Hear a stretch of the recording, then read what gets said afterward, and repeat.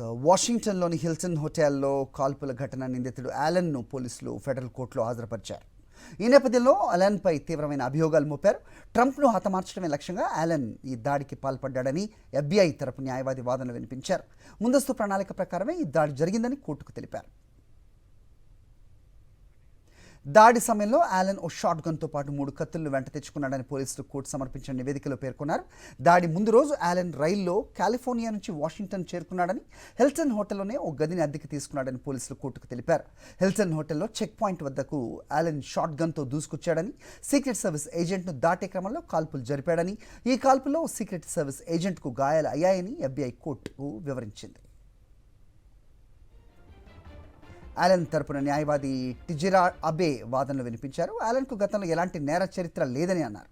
యాలన్ ఉన్నత విద్యావంతుడని, కంప్యూటర్ సైన్స్లో మాస్టర్స్ చేశాడని కోర్టుకు వివరించారు. వాదనల అనంతరం గురువారం వరకు యాలన్ను కస్టడీకి ఆదేశించింది కోర్టు. FBI మోపిన అభియోగాలు రుజువైతే యాలన్కు యావజ్జీవ కారాగార శిక్ష పడుతుందని అమెరికా న్యాయ నిపుణులు చెబుతున్నారు.